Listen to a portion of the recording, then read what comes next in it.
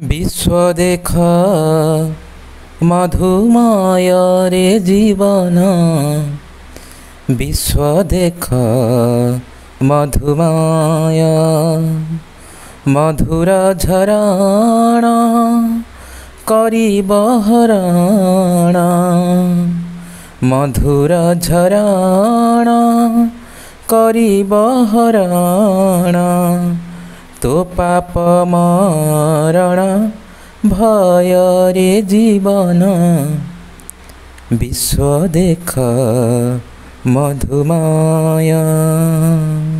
विश्व देख मधुमय, ये मधुमय कवितार स्रष्टा कवि गंगाधर मेहर। तांकर एक सुंदर कविताटी आज आम पढ़ा, कविता तारा सूर्य। तेबे कविता तारा सूर्य को जीवा पूर्वर आम कवि विषय किछि जानिबा। कवि गंगाधर मेहर स्वभाव कवि बा प्रकृति कवि भाव में परिचित। कवि वर्तमान बरगढ़ जिला बरपाली ग्राम जन्मग्रहण करथिले।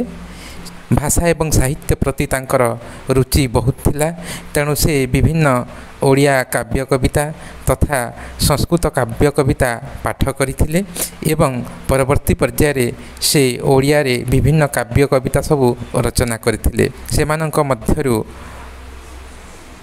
तपस्विनी, इंदुमती, प्रणयवल्लरी, कीचकबद्ध, कृषक संगीत, अर्घ्य थाली, कविता कोल्लल इत्यादि प्रधान। तांकर भाषा प्रीति को नहीं गोटे कवितार अंशटे रही तमें शुणी निश्चय जे मातृभूमि मातृभाषा रे ममता जा हृदय जनमी नहीं, ताकू जेबे ज्ञानी गणरे गणिबा अज्ञान रहिबे काहीं। एइथिरु तांकर मातृभूमि एवं मातृभाषा प्रति ममता किभली थिला सहजरे अनुमित हुए।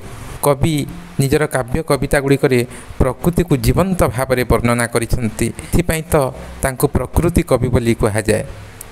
तेबे मातृभाषा एवं मातृभूमि को भल पाउथबा एही कवि आधुनिक कालर उच्च शिक्षा पाई नथिले मध्य तांकर रचना गुड़िक काल काल धरी आमको उन्नत शिक्षा प्रदान करुछि। आजिर कविता तारा सूर्य, यही कविताटी तांकर कविता संकलन अर्घ्य थाली आनीत। तेबे यही कवितारे से इंग्रेज शासन बा विदेशी शासन को लक्ष्य करी से कविताटी को रचना करिसेंती।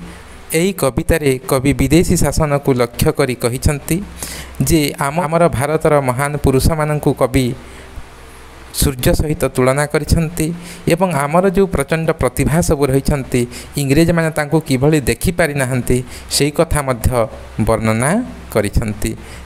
कवितारे कवि इंग्रेज माननकु तारका सहित तुलना करिसेंती एवं सेमाने तारका होई किभली निजको सूर्य भली दाबी करुछंती, निजर आत्मबलिमा देखे हिछंती से कथा कवि एही कवितारे वर्णना करिसेंती। तेबे आसीबा आमे कविता को। हे तारका गण किंपा दिश सान सान, तुमे परा अछ केते रवि रश्मिमान, दिवसे न दिशि किंपा रजनी रे दिश, प्रभाकर होई तुम्भ मने भय किस। प्रथम पदरे कहले हे तारका गण किंपा दिश सान सान। हे तारका गण, एठी कवि विदेशी माननकु इंग्रेज माननकु तारका गण बोली संबोधित करिसेंती। हे तारका गण किंपा दिश सान सान, तुम्हे परा अछ केते रवि रश्मि मान। हे तारका गण, हे तारा माने तुमे कहीं सान परि दिशुछ, तुमे परा रवि रश्मिमान। रविंकर रश्मि सूर्य परा सूर्यंकर किरण, तुमे परा निजको सूर्यंकर किरण बोली दाबी करुछ। तेबे कहीं छोट छोट दिशुछ, कहीं सान सान दिशुछ।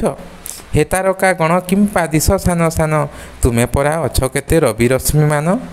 दिवसे न दिशि किंपा रजनी रे दिश, तुमे दिवस रे कहीं देखा जाउन, दिन बेला कहीं देखा जाउन, आ कहीं रजनी रे बा रात्रि रे केवल तुमे देखा जाउछ।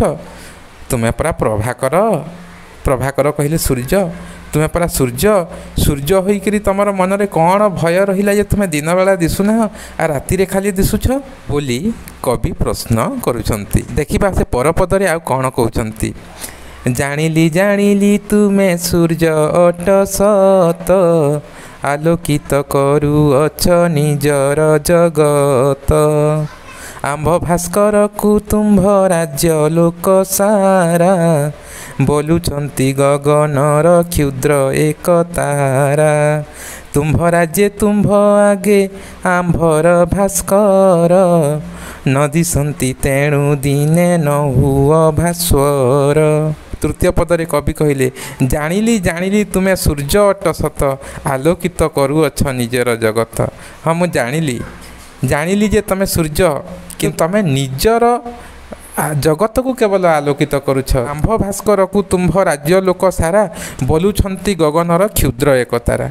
एवं आउ कौन, आमर भास्कर को आमर सूर्य को तमर राज्यर लोक मैंने कौन भावुंट ना यहाँ क्षुद्र तारा, गगनर एक क्षुद्र तारा बोली से माने भावुंट। तुम्हें भावुछ आमर जो भास्कर माने रही, आम देशर जो महापुरुष माने रही, से तुमर राज्यर लोक मैंने छोट क्षुद्र तारा बोली भावुंट। कारण कौन जानिछ, तुम राज्ये तुम आगे आंभर भास्कर, नदी सन्ति तेणु दिने न हुआ भास्वर। अर्थात तुमर राज्य आमर भास्कर माने आमर महापुरुष माने तम आगे दिशंती नहीं, देखे हुंती नहीं, तेणु से जल दिशंती नहीं बोली कवि कहउछंती। तुम राज्ये तुम आगे आमर भास्कर, न दिशंती तेणु दिने न हुआ भास्वर। तो से आमर सूर्य माने तमर देश में दिशंती नहीं बा दृश्यमान हुंती नहीं बोली भी कहउछंती। आज एतिकिरे रहिबा। समस्त को धन्यवाद।